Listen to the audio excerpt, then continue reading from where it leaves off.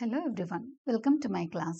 இன்னைக்கு கிளாஸ்ல நம்ம பார்க்க போறது Age of Johnson, the second part of novel. And before we enter into the class, a kind request.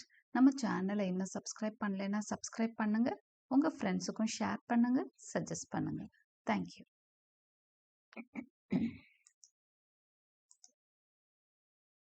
So with a small recap, we shall get into the episode. So last episode la நம்ம என்ன பார்த்தோம் அப்படின்னு சொன்னா rise and development of novel பார்த்தோம். So who are the predecessors of novels அப்படின்றத பார்த்தோம். ஏன்னா Elizabethan ஏஜ்ல இருந்தே நாவலோட முன்னோடி precursors வந்து பார்க்குறோம். நம்ம நாவல் மாதிரி ஃபார்மேட்ல நிறைய பேர் இந்த ப்ரோஸ் ஃபிக்ஷன் எழுத ஆரம்பிச்சிட்டாங்க. பட் ஒரு ப்ராப்பர் நாவல்னு அதை சொல்ல முடியாத மாதிரி இருந்தது. ஸோ யாரெல்லாம் அப்படி எழுதினாங்க அப்படிங்கிறத பார்க்குறோம். எலிசபெத்தன் ஏஜ்ல இருந்து நிறைய ரொமான்ஸ் ஃபிக்ஷன்ஸ் எல்லாம் வந்ததை பார்க்குறோம். ஃப்ரெஞ்சில் இருந்து திடீர்னு ஃப்ரெஞ்சில் ரொம்ப ஃபேமஸாக இருந்த ரொமான்ஸ் ஃபிக்ஷன் இங்கிலாந்துக்கு வர்றதை பார்க்குறோம். பிகாரஸ்க் டைப் ஆஃப் நாவல்ஸ் வந்து நிறைய பேர் எழுதுறதை நம்ம பார்க்குறோம். தாமஸ் நாஷோட ட்ராவலர்லாம் பிகாரஸ்க் டைப்ல இருந்தது. அடுத்து பயோகிராஃபிஸ் வந்தது. ஃபார் எக்ஸாம்பிள் டீஃபோ அண்ட் ஸ்விஃப்ட் பார்த்தீங்கன்னா பயோகிராஃபிஸ் மாதிரி எழுதினாங்க, ஒருத்தரோட லைஃப்ல நடந்த நிகழ்வுகள் மாதிரி எழுதினாங்க. அது ரொம்ப இன்ட்ரெஸ்டிங்காக இருந்தது. ஃபார் எக்ஸாம்பிள் ராபின்சன் க்ரூசோ பார்த்தீங்கன்னா ஒரு சின்ன ஒரு லைஃப் இன்சிடென்ட் தான், ஆனால் அதை வந்து ஒரு பெரிய நாவல், ஒரு நிறைய கற்பனை தான், அது ஒரு சின்ன ஒரு விஷயத்தை வந்து அது பெரிய ஒரு நாவலாக அவர் ஃப்ரேம் ஒர்க் பண்ணி கொடுத்துருந்தாரு டீஃபோ, டேனியல் டீஃபோ. அதே மாதிரி ஸ்விஃப்ட் வந்து கல்லிவர்ஸ் ட்ராவல்ஸ் பயோகிராஃபி படிக்கிற மாதிரி தான் இருக்கும். தோ நாட் அ பயோகிராஃபி, ஒருத்தரோட லைஃப்ல நடந்த நிகழ்வுகள் மாதிரி அதையும் சொல்லிட்டு போற மாதிரி இருக்கும். ஸோ இது எல்லாமே அந்த நாவலோட ஃபார்முக்கு கிட்ட வருவாங்க. பட் ஒரு சில குறைகள்னால நாவல், இந்த ஜெனுயின் நாவல் ஃபார்மேட்டை அவங்க வந்து ரீச் பண்ணியிருக்க மாட்டாங்க. சரி, யார் வந்து அப்போ 18th செஞ்சுரியில தான் ஃபர்ஸ்ட் நாவலிஸ்ட் உருவாகிறாரு. இந்த ஃபாதர் ஆஃப் நாவல்னு கூட சொல்லலாம். That is Samuel Richardson. Okay, அவரோட பமேலா, அதுதான் வந்து we call Pamela to be the first novel, first genuine novel of English. Okay, இங்கிலீஷ்ல வந்து ஃபர்ஸ்ட் நாவல்னு பமேலாக்கு தான் அந்த கிரெடிட் கோஸ் டு பமேலா. அதுக்கப்புறம் ஹென்ரி ஃபீல்டிங் வந்து சாமுவல் ரிச்சர்ட்சன் கூட கொஞ்சம் டைடாக்டிக்காக இருக்கும், அறிவுரை சொல்கிற மாதிரி இருக்கும், நிறைய மெசேஜஸ் கன்வே பண்ணுற மாதிரி தான் அவர் எழுதினாரு. பட் ஹென்ரி ஃபீல்டிங் வந்து ஒரு நல்ல ஒரு இது கொடுத்தாரு, ஒரு நாவலுக்கு நல்லாவே ஜஸ்டிஸ் பண்ணியிருந்தாரு. அவரோட டாம் ஜோன்ஸ் வந்து 18th செஞ்சுரி நாவல்ஸ்லேயே மிகப்பெரிய ஹிட் அப்படின்னு சொல்லி நம்ம இந்த எல்லா டீட்டெயில்ஸும் we saw in the last episode. So இன்னைக்கு எபிசோடில் நம்ம பார்க்க போகிறது the continuation of novel in the 18th century. 18th செஞ்சுரியில் வேறு யார் இருந்தா பெஸ்ட் நாவல்? ஏன்னா நாவல் வந்து இப்போ பார்த்தீங்கன்னா நான் பீரியாடிக்கல் எஸ்ஸேஸ் படிச்சிருப்போம், அதுவும் 18th செஞ்சுரியோட ப்ராடக்ட் தான். பட் பீரியாடிக்கல் எஸ்ஸேஸ் வந்து அந்த செஞ்சுரியோடு அப்படியே முடிஞ்சு போயிடும், அதுக்கப்புறம் அது பெரிய வளர்ச்சியெல்லாம் பெறாது. ஆனால் நாவல் பார்த்தீங்கன்னா 18th செஞ்சுரியில் தான் அதோட பிறப்புன்னு எடுத்துக்கலாம். we can say that novel was born in 18th century, but it still அதோட அந்த இது பூம் வந்து இருந்துக்கிட்டே தான் இருக்கு. நாவல் வந்து இன்னுமே வந்து it is loved by everyone. Okay, so novel வந்து வித்தியாசமான ஃபார்மட்ஸ், வேறு வேறு ஜான்ரா போனால் கூட novel is a very good piece of writing, இல்லைன்னா very good form of literature that is loved by many. Okay, இன்னைக்கு நம்ம டோபியஸ் ஸ்மாலட்டோட 18th செஞ்சுரியோட novelist, another big novelist of the period. ஏன்னா நம்ம ஃபர்ஸ்ட் சாமுவல் ரிச்சர்ட்ஸ்ன்னு பார்த்தோம், the founder of novel, another father of novel சொல்லலாம். அடுத்து ஹென்ரி ஃபீல்டிங் பார்த்தோம். Now we are going to look at Tobias Smollett. So Tobias Smollett lived between 1721 and 1771. இதுதான் அவரோட life span. is usually associated with Richardson and Fielding. So Richardson, Fielding, Smollett அப்படின்னு மூணு பேரையும் சேர்ந்து தான் சொல்லுவாங்க. He was a sailor in his early days and thus gained first-hand knowledge of the sea of sailors which he afterwards turned to good account. இவரோட early life பார்த்தீங்க அப்படின்னு சொன்னால் செயிலராக இருந்திருக்கிறாரு. நிறைய காலம் வந்து கப்பலில் வந்து ஒரு மாலுமியாக இருந்தார். So he was a sailor அப்படிங்கிறதுனால அவருக்கு நிறைய அட்வென்ச்சர்ஸ், சீக்குள்ளே போனாலே அவங்களுக்கு நிறைய அட்வென்ச்சர்ஸ்க்கு வந்து எக்ஸ்போஸ் ஆவாங்க. So he gained first-hand knowledge of the sea of sailors which he afterwards turned to good account. So இந்த நாலேஜை வந்து அவர் என்ன பண்ணிக்கிட்டாருன்னா நல்லபடியாக யூஸ் பண்ணிக்கிட்டாரு. எப்படி?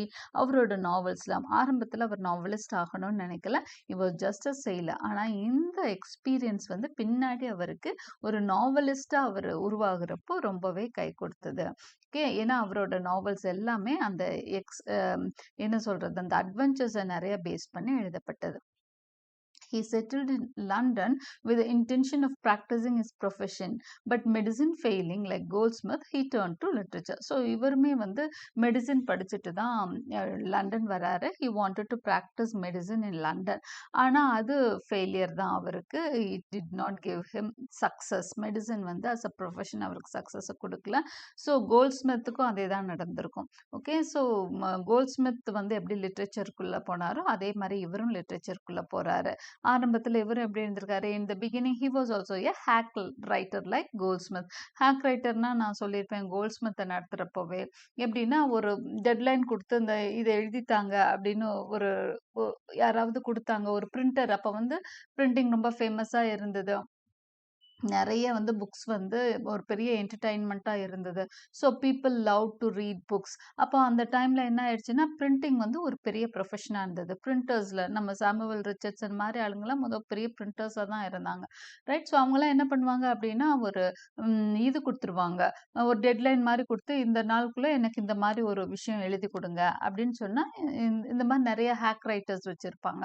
இவங்கெல்லாம் என்ன பண்ணுவாங்கன்னா உடனடியாக ஒரு இன்ஸ்டண்ட்டாக ஒரு நாவல் கொடுனா நாவல் கொடுப்பாங்க, உடனே எழுதி கொடுப்பாங்க. ஸோ அந்த மாதிரி ஒர்க்ஸ் எல்லாம் இவங்க பண்ணிக்கிட்டு இருந்தாங்க. அந்த மாதிரி ஒரு பணம் வாங்கிக்கிட்டு இந்த மாதிரி வேலையெல்லாம் டோபியஸ் ஸ்மாலட் he was doing it in the beginning as a hack writer, but he produced a lot of miscellaneous work. So இந்த பீரியட்ல அதிகமாக அவருக்கு பெருசாக கிரியேட்டிவிட்டி, அவரோட கிரியேட்டிவிட்டி அவருக்கு அது மாதிரி தான் கோல்ட்ஸ்மித் கூட அவங்களுக்குள்ள இருக்க கிரியேட்டிவிட்டி அவங்களுக்கு பெருசாக தெரியல. ஸோ அவங்க என்ன பண்ணாங்க, யாரோ இது மாதிரி எழுது அப்படின்னா அது மாதிரி எழுதி கொடுத்துட்டு இருந்தாங்க. So that was what they were doing during that period. Okay, his works. The success of Richardson and Fielding induced him to try his hand in fiction. இந்த டைம்ல தான் ரிச்சர்ட்சனும் ஃபீல்டிங்கும் பயங்கரமா ஹிட் ஆகுறாங்க. பார்த்தீங்கன்னா ரெண்டு பேருமே ஒரு குறிப்பிட்ட காலம் வேற ஜான்ரால இருந்துட்டு, இப்போ ரிச்சர்ட்சன் பார்த்தீங்கன்னா பிரிண்டரா இருந்திருப்பாரு. திடீர்னு 50 இயர்ஸ்க்கு மேல தான் இந்த மாதிரி ஏதோ ஒன்று ட்ரை பண்ணி பயங்கரமா ஹிட் ஆயிருக்கும். ஃபீல்டிங்கும் அந்த மாதிரி தான். அவர் வந்து டிராமாஸ் எழுதிட்டு இருப்பாரு. அதுக்கப்புறம் வந்து திடீர்னு நாவல் ட்ரை பண்ணி பெரிய ஹிட் ஆயிடுச்சு. ஸோ இதெல்லாம் பார்த்துட்டு இருந்த டோபியஸ் ஸ்மாலட்டுக்கு ஒரு ஆசை வந்தது, why should I not try this அப்படின்ற மாதிரி. So thus he wrote half a dozen novels. அந்த மாதிரி எழுத ஆரம்பிச்சது தான் அவரும். பார்த்தீங்கன்னா அவரும் ஃபுல்லாக சக்ஸஸ்ஃபுல் நாவலிஸ்ட் ஆயிட்டாரு. The most important novels, half a dozen novels, அதாவது 6 நாவல்ஸ் எழுதியிருக்காரு. டசன் மீன்ஸ் 12 இல்லையா, half a dozen novels எழுதியிருக்காரு, 6 நாவல்ஸ் எழுதியிருக்காரு. இம்பார்ட்டன்ட் among them அப்படின்னு பார்த்தீங்கன்னா the adventures of Roderick Random, okay, the adventures of Peregrine Pickle, the expedition of Humphrey Clinker. Okay, இது எல்லாமே இந்த நேம் மட்டும் சொல்லியும் சொல்லுவாங்க. Roderick Random, Peregrine Pickle, Humphry clinker அப்படின்னு அந்த இது மட்டும் பின்னாடி வர அந்த சர்நேம் மட்டும் அட்வென்ச்சர்ஸை விட்டுட்டு அந்த நேமை மட்டும் சொல்கிறவங்க அது அப்படிதான் அதிகமாக சொல்லுவாங்க. Roderick Random, Peregrine Pickle, Humphry Clinker. So Roderick Random was published in the year 1748. Peregrine Pickle in 1751 and Humphrey Clinker in 1771. His stories are simply strings of adventures. இவரோட ஸ்டோரிஸ் பார்த்தீங்கன்னா அப்படியே அட்வென்ச்சர்ஸ் எல்லாம் கோர்த்து வச்ச மாதிரி இருக்கும். ஓகே, ஒரு ப்ராப்பராக அப்படியே ஸ்டோரி டெல்லிங் மாதிரி இல்லாமல் அவரோட அட்வென்ச்சர்ஸ் எல்லாம் நிறைய இன்சிடென்ட்ஸ் அப்படியே சேர்த்து விட்ட மாதிரி இருக்கும். ஓகே, ஒரு கொஞ்சம் ஆர்டிஃபிஷியல், அதனால அது அந்த ஒரு கோர்வையாக வராமல் இருக்கும். His one object is to keep the reader's interest alive by a perpetual succession of incidents. அப்போ ஆனால் ஒரு விஷயத்துல அவர் தெளிவா இருந்தாரு, அப்படியே ரீடர்ஸோட அந்த இன்ட்ரெஸ்ட் அப்படியே வச்சுக்கிட்டே இருந்தாரு. ஏன்னா ஒரு அடுத்து என்ன நடக்க போகுதுன்னு அந்த ஒரு விஷயத்தை வச்சுக்கிட்டது இருந்தாரு.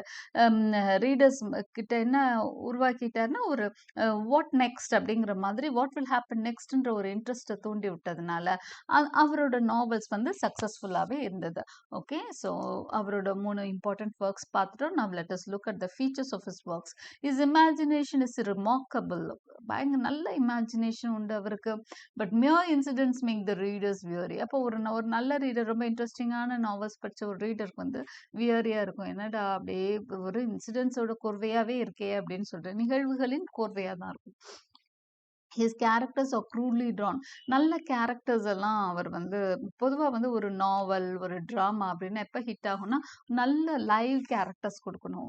கேரக்டர்ஸ் வந்து நம்மளை வந்து அப்படியே நம்ம கூட வாழ்கிறவங்க மாதிரி ஒரு க்ரியேட் பண்ணாதான் அது பயங்கர நல்லா இருக்கும் படிக்கிறவங்களுக்கு, ரீடர்ஸ்க்கு வந்து it would create interest only if the characters are good. Okay, ஆனா இவரோட கேரக்டர்ஸ் எல்லாம் ஒரு மாதிரி ரஃப் அண்ட் டஃப்பா இருக்காங்க.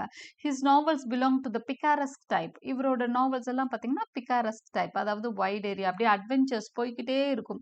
ஒரு இடத்துல இல்லாம ஒரு லாங் ஏரியா டிராவல் பண்ற மாதிரி, நிறைய பேரை மீட் பண்ற மாதிரி, நிறைய போய்க்கிட்டே இருக்கிறது தான். அதாவது ஒரு இடத்துல நிக்காம அந்த ஹீரோ வந்து நிறைய பேரை மீட் பண்ணுவாரு, நிறைய அட்வென்ச்சர்ஸை பண்ணிட்டு போயிட்டே இருப்பாரு. அது மாதிரி தான் இருக்கும் picaresque type of novels. The world he depicts is a dirty and a dingy place, and its inhabitants for the most part are very sorry and disagreeable fellows. இவரோட வேர்ல்டு பார்த்தீங்கன்னா, இவரோட உலகம் பார்த்தீங்கன்னா ரொம்ப டர்ட்டியா டிஞ்சியா தான் இருக்கும். அவரோட ஹீரோஸ் வாழ்ற இடமா இருக்கட்டும், அவரு ஹீரோஸ் மீட் பண்ற ஆளுகளா இருக்கட்டும், எப்படிப்பட்ட இடம், ஒரு அழுக்கான இடமா தான் அவரு சூஸ் பண்ணியிருப்பாரு. அந்த செட்டிங் அட்மாஸ்பியர் பார்த்தீங்கன்னா அழகாலாம் இருக்காது. அழுக்கான ரொம்ப சுகாதாரமற்ற இடங்களா தான் இருக்கும். அது மட்டும் இல்ல, அந்த அவங்க மீட் பண்ற அவரு இது பண்ணியிருக்க போர்ட்ரே பண்ணியிருக்க கேரக்டர்ஸ் எல்லாமே டிஸ்அக்ரியபிள் ஃபெல்லோஸா தான் இருக்காங்க. நம்மளால ஏத்துக்கக்கூடிய கேரக்டர்ஸாவே இல்லை. என்னடா மனுஷன் அப்படிங்கிற மாதிரி கேரக்டர்ஸ் தான் நிறைய அவரு உருவாக்கியிருக்காரு. Humphry Clinker is by far his best novel. So அவர் வந்து 6 நாவல்ஸ் எழுதியிருக்காருன்னு சொன்னோம் நம்ம. அதுல வந்து ஹம்ஃப்ரி கிளிங்கர் தான் ஒரு நல்ல நாவல் அப்படின்ற ரேங்குக்கு நம்ம கொடுக்கலாம். Finer in tone and richer in comedy. Okay, அந்த லிட்ரரி ஸ்டேட்டஸ் வந்து ஹம்ஃப்ரி கிளிங்கர். அஃப்கோர்ஸ் அந்த 6 நாவல்ஸ்ல 3 வந்து ரொம்ப ஹிட்டான நாவல்ஸ்னா கூட Humphry Clinker is the best novel. அவரோட பெஸ்ட் நாவல்ல Humphry Clinker is the best one. Finer in tone and richer in comedy. அதில் தான் வந்து அவரோட அந்த டோன், அவரோட வார்த்தைகள் எல்லாம் வந்து நல்லா இருக்கு, அவர் சொல்ற விதம் நல்லா இருக்கு. Okay, and richer in comedy, காமெடியும் ஒரு மாதிரி நல்ல ஹையர் காமெடியா இருக்கு, லோ கிளாஸ் காமெடியா இல்லாம ஹையர் காமெடியா இருக்கு. He still has his admirers. சரி, இவ்வளோ இருந்தா கூட நம்மளுக்கு இவரை பார்த்தீங்க அப்படின்னு சொன்னா நம்ம யாரு நம்ம ஸ்மாலெட் வந்து he is having his admirers still. Okay, அவருக்கு நிறைய பேர் அட்மைரர்ஸ் இருக்காங்க. ஏன்னா அவரோட எக்ஸ்பீரியன்சஸ் அப்படி. அவர் வந்து பெரிய செயலராக இருந்து அவரோட அந்த எக்ஸ்பீரியன்சஸ் எல்லாம் ஷேர் பண்ணுறதுனால, நிறைய அட்வென்ச்சர்ஸ் ஷேர் பண்ணுறதுனால அது ரொம்ப இன்ட்ரெஸ்டிங்காக இருக்கும் அவரோட நாவல்ஸ்னு சொல்கிறவங்க இன்னுமே இருக்காங்க. Smollett wrote as a satirist and reformer, and his purpose was to paint the evil side of life. So அவர் ஒரு சட்டைரிஸ்டாக நம்ம பார்க்குறோம். ஓகே, ஒரு லைஃப்பை வந்து ஒரு இது கிரிட்டிசைஸ் பண்ணுற மாதிரி ஒரு ஆளாக நம்ம பார்க்கணும். ரீஃபார்மராகவும் பார்க்கலாம். அதாவது குறை சொல்லி திருத்துற ஒருத்தராகவும் பார்க்கலாம். And his purpose was to paint the evil side of life. அதை வந்து எப்படி நல்லது சொல்லி திருத்தல, கெட்டதை சொல்லி இப்படியெல்லாம் இருக்கக்கூடாது அப்படின்ற மாதிரி நாம் அவர் இதுவும் ஒரு டைடாக்டிக் அவரோட நாவல்ஸில் பார்க்கலாம்.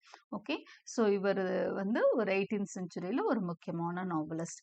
அடுத்தது நம்ம பார்க்குறோம், நிறைய நாவலிஸ்ட் அந்த பீரியட்ல வர்றாங்க. ஆனா it was a period of novel, and innumerable novel flooded the field of no much significance in literary structure. அதாவது லிட்ரரி ஸ்டேட்டஸ்ல வந்து அந்த அளவு சிக்னிஃபிகன்ஸ் இல்லை. பார்த்தீங்கன்னா நாவல்ஸ் இப்போ பயங்கர ஹிட் ஆயிடுச்சுன்னு ஒரு ஃபார்ம் வந்து ஹிட் ஆகுது, சக்ஸஸ்ஃபுல் ஆகுதுன்னா எல்லாமே அதை தான் ட்ரை பண்ணுவாங்க. இப்போ சினிமாலேயே ஒரு ஃபார்ம் சக்ஸஸ் ஆகுதுன்னா அதே மாதிரி எல்லாரும் எடுப்பாங்க பாருங்க. அது மாதிரி தான் என்டர்டைன்மெண்ட். அப்போ இருந்த பெரிய என்டர்டைன்மெண்ட் புக்ஸ், அதில் வந்து பீரியாடிக்கல் எஸ்ஸேஸ் ஒரு டைம்ல ஹிட்டாக இருந்தது. எல்லாரும் பீரியாடிக்கல் எஸ்ஸேஸ் ட்ரை பண்ணாங்க. நாவல் ஹிட் ஆனோன்னு இப்போ எல்லாரும் நாவல் எழுத ஆரம்பிச்சிட்டாங்க. அதுவும் நாவல் எழுதுறது தான் மற்ற எல்லா ஜான்ரா எழுதுறதை விட ரொம்ப ஈஸி கூட. எல்லாருனாலையும் எழுத முடியும். ஏதோ ஒரு ஓரளவு கற்பனை இருந்தால் கூட ஒரு பெரிய ஃபார்மேட்டுன்னு ஒன்றும் கிடையாது இல்லையா நாவலுக்கு. அதனால ஒரு நல்ல லைவா கேரக்டர்ஸ், நல்ல இமேஜினேஷன் இருந்தால் போதும் நாவல் எழுதிடலாம். So it was the period of novel. அந்த பீரியடே வந்து 18th செஞ்சுரி வந்து it was the period of novel, and innumerable novel flooded the field of no much significance. Novels நிறைய வந்தது 18th செஞ்சுரியில். பார்த்தீங்கன்னா எண்ணில் அடங்காத நாவல்ஸ் வந்து வெளிவந்தது. நிறைய ரைட்டர்ஸ் இருந்தாங்க. ஆனால் பெரிய அளவில் சிக்னிஃபிகன்ஸ்லாம் யாருக்கும் சொல்ல முடியாது.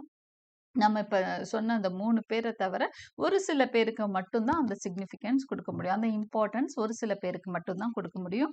அதில் ஒருத்தர் யாருன்னா நம்ம கோல்ட்ஸ்மித்.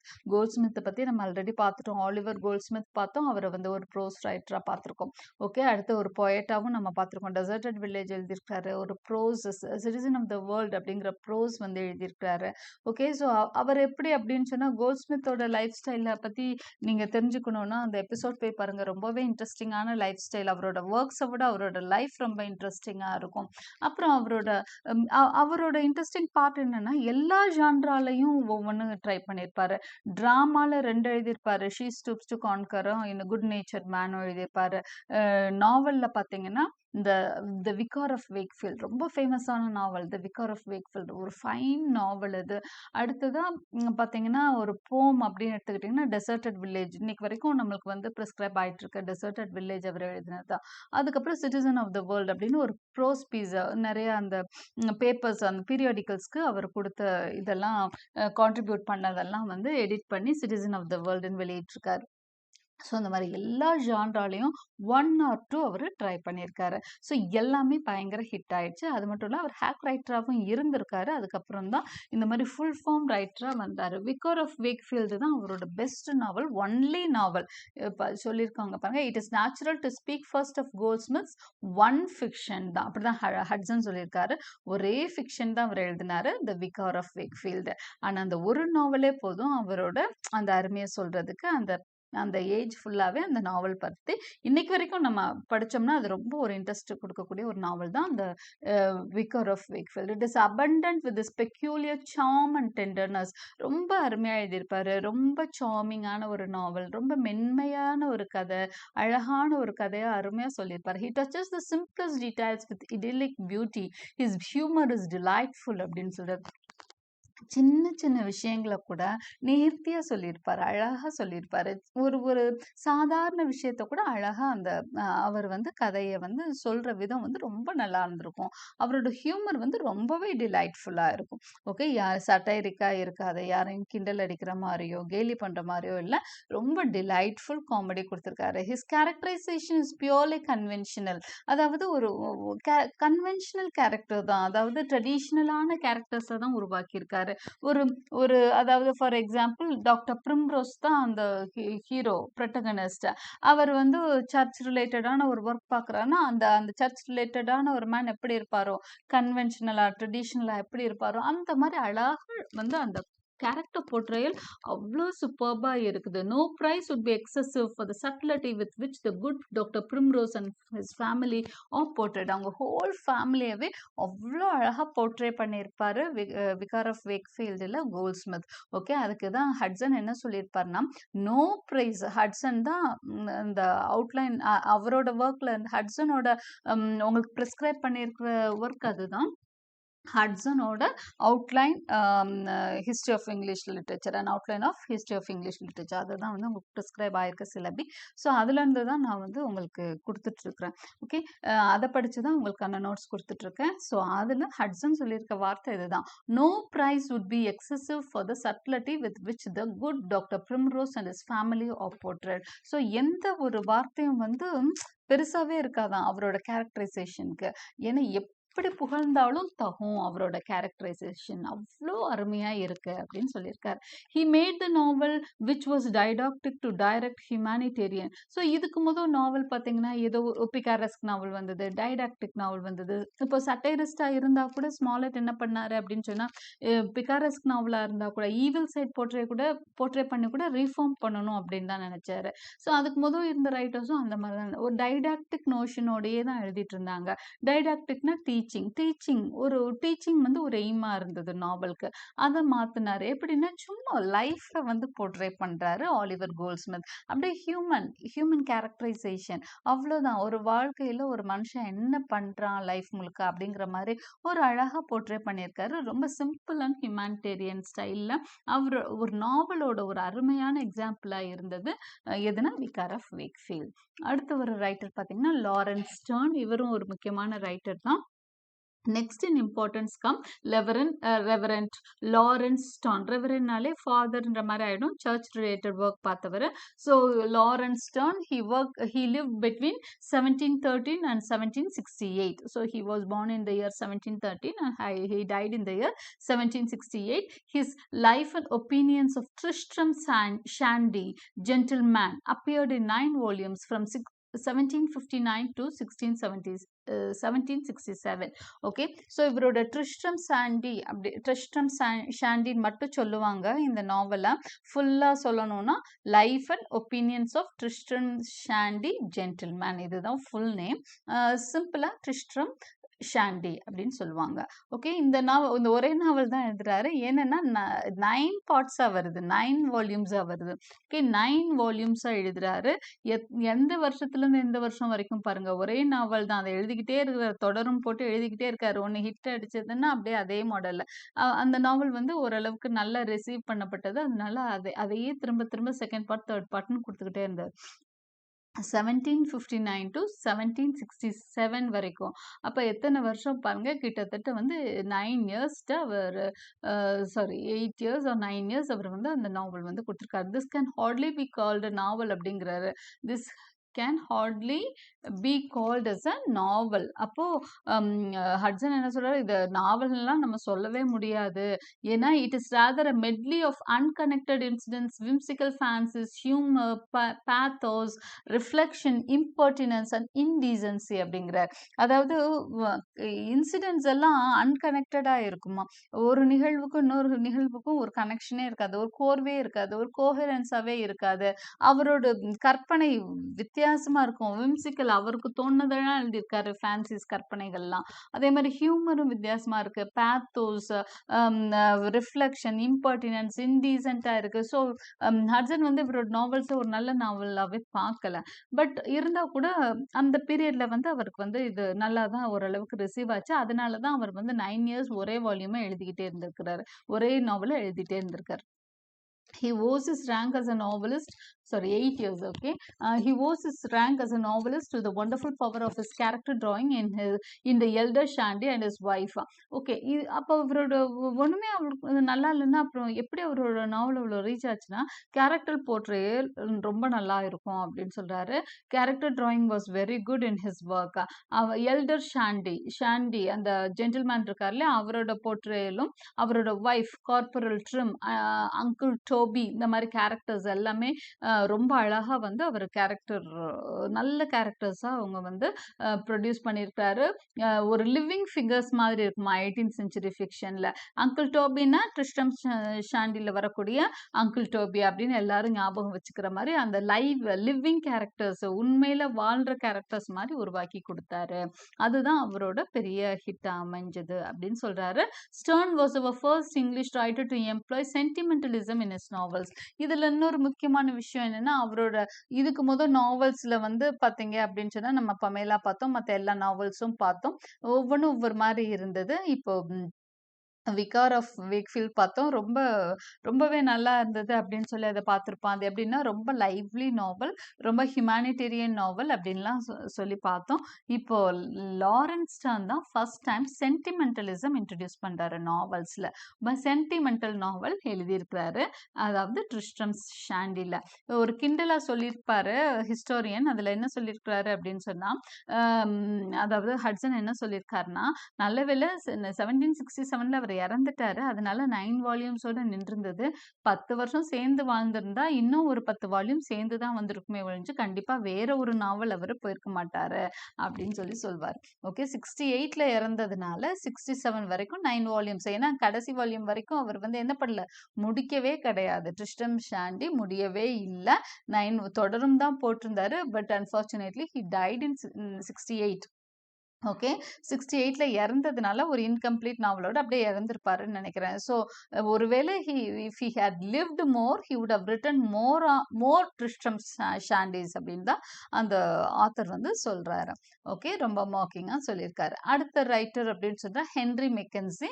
இவர் கொஞ்சம் அவரோட ஒரு நாவல் வந்து ரொம்ப ஃபேமஸாக இருந்தது. He was born in the year 1745 and he died in 1821. Henry Mackenzie's principal novel அப்படின்னா the man of feeling. Henry Mackenzie's principal novel is The Man of Feeling. இதுதான் முக்கியமான நாவல். It carries its significance in its title. Okay, title பார்த்தீங்கன்னா the man of feeling. பொதுவாகவே இந்த சென்டிமெண்டலிசம் நாவல் வந்து அப்போ என்ன ட்ரிஸ்ட்ரம் ஷாண்டிக்கு அப்புறம் சென்டிமெண்டலிசம் கொஞ்சம் நாவல்ஸில் வர ஆரம்பிக்குது. ஸோ அந்த மாதிரி ஒரு நாவலை வந்து அவர் எழுதுறாரு பாருங்க. Mackenzie exaggerated his high pitched emotionalism, ரொம்ப இமோஷனலாக சென்டிமெண்டலாக அவரோட நாவலை இருந்து எழுதியிருக்கிறாரு. And his book is from beginning to end a perfect welter of tears. ஆரம்பிச்சதுலேருந்து கடைசி வரைக்கும் ஒரே கண்ணீர் விடுற மாதிரி தான் ஒரே அழுகையா வர மாதிரி தான் அவரோட ஒர்க் வந்து இருந்தது. த மேன் ஆஃப் ஃபீலிங்ஸ் வந்து முழுக்க முழுக்க ஒரு அழுக வைக்கக்கூடிய ஒரு நாவல். அதனால தான் அவர் என்ன சொல்லியிருக்காரு பாருங்க ஆத்தரை, from his book is from the beginning to end a perfect welter of tears அப்படி டியர்ஸை வரவழைக்கிற மாதிரி ஒரு புக்காக தான் ஹென்ரி மெக்கன்சியோட த மேன் ஆஃப் ஃபீலிங் அப்படிங்கிற புக் வந்து இருந்தது. ஓகே, நெக்ஸ்ட் ரைட்டர் பாருங்க William Godwin. Soon writers had a message to deliver through the novel. It could be proposed with great effect as means of popularizing their political and social ideas. அப்புறம் என்ன ஆயிடுச்சு அப்படின்னா நாவல் வச்சு அவங்க தங்களோட கருத்துக்களை வந்து வெளிப்படுத்த ஆரம்பிச்சாங்க. ஏதாவது ஒரு விஷயம் இப்போ ஃபார் எக்ஸாம்பிள் சினிமாலேயே பாருங்களேன், மெசேஜ் எல்லாம் நம்ம ஆக்டர்ஸ் எல்லாம் அவங்க பாலிடிக்ஸ்க்கு வராங்க, இல்லை அவங்க ஏதாவது ஒரு ஐடியாலஜியை சப்போர்ட் பண்றாங்கன்னா அதெல்லாம் வெளிப்படுத்துவாங்க. அது மாதிரி வந்து நாவல்ஸ்ல வந்து ரைட்டர்ஸ் என்ன பண்ணிட்டாங்கன்னா அவங்களுக்கு பிடிச்ச விஷயங்களையோ அவங்களோட பொலிட்டிக்கல் ஐடியாஸோ சோஷியல் ஐடியாஸோ வெளிப்படுத்த ஆரம்பிச்சாங்க. அதுல வந்து ஃபர்ஸ்ட் எக்ஸாம்பிளா நம்ம யாரை எடுத்துக்கிறோம்னா வில்லியம் காட்வின் எடுத்துக்கிறோம். He wrote his powerful Caleb Williams or Things as They Are in 1794. So அவரோட ஒர்க் தான் Caleb Williams or Things as They Are. இது வந்து name of the work Caleb Williams. அதுக்கு இன்னொரு நேம் இருக்கு, அதுதான் Things as They Are. Okay, Caleb Williams ஓட இன்னொரு நேம் தான் Things as They Are. So it was published in the year 1794. Okay, in the original preface in order in the words of the original to give. Okay, இது என்னன்னு தெரியல, so I'll cut it.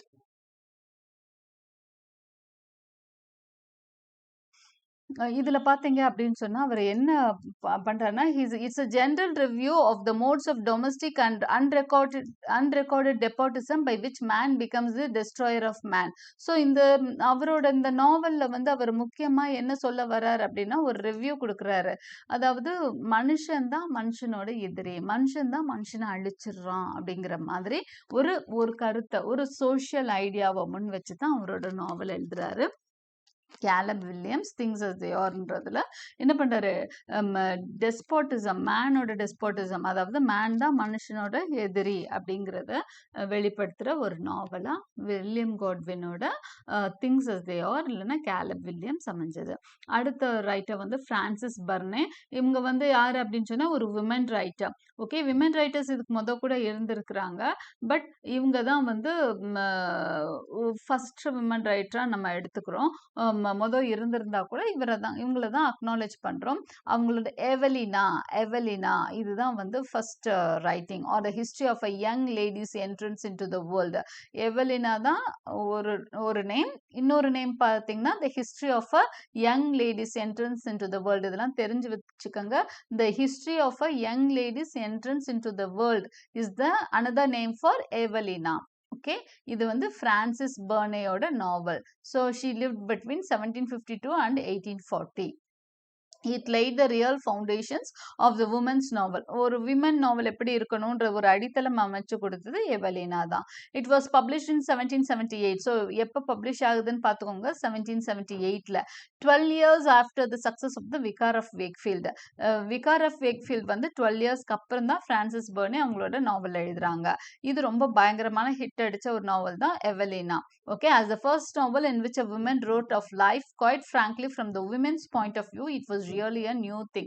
ஏன் இது வந்து new thing? Women அந்த இதுல வந்து ஒரு ஃபவுண்டேஷன் கொடுக்குது விமன் நாவல்ஸ்க்கு அப்படின்னு சொன்னா, ஒரு அடித்தளமா இருக்குன்னு ஏன் சொல்றோம் அப்படின்னு சொன்னா, விமன்ஸ் பெர்ஸ்பெக்டிவ்ல இருந்து எழுதியிருக்காங்க. பொதுவா வந்து மென்ஸ் பெர்ஸ்பெக்டிவ்ல இருந்தே தான், அதாவது பேட்ரியார்கல் சொசைட்டி தான், ஆணோட பார்வையில தான் இந்த சொசைட்டி சமூகம் பார்க்கப்பட்டு கொண்டே வந்தது. இப்போ ஆண் எழுதுறது பார்த்தீங்கன்னா அவரோட பார்வையில இருந்தே தான் ஒரு பெண்ணை வந்து சித்தரிச்சிருப்பாரு.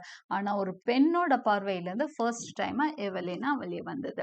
Her second book Camilla was more ambitious but lacked the freshness of its predecessor. அடுத்த ஒர்க் வந்து எவலினா மாதிரி கேமிலா அப்படின்னு ஒன்று எழுதுறாங்க.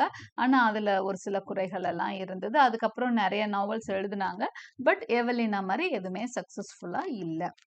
இதுதான் அபவுட் பிரான்சிஸ் பர்னே. ஓகே.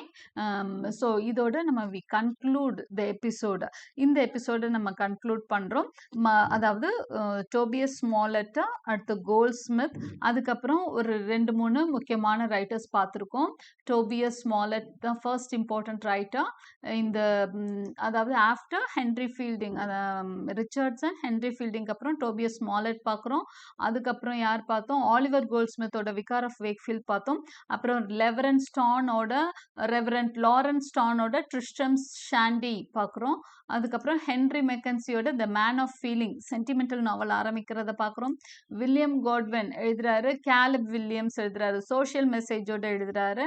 அடுத்ததா ஒவ்வொன்றும் ஒரு நியூ ஜான்ராவை அவங்கெல்லாம் கொடுக்குறாங்க. அதனால தான் அவங்களுக்கான முக்கியத்துவம் கிடைக்கிது. அடுத்து Frances Burney, women writer, first women writer அவங்களை அக்னாலேஜ் பண்ணுறோம். ஏவலினா அப்படிங்கிறது அவங்களோட ஃபர்ஸ்ட் நாவல். அதுக்கு இன்னொரு நேம் இருக்குன்றதும் பார்க்குறோம். இதுதான் ஒரு விமன் ரைட்டிங்கான அடித்தளமாக அமைகிற நாவல் அப்படிங்கிறதையும் நம்ம பார்க்குறோம். Okay, so with this we conclude this episode. I hope you like my explanations.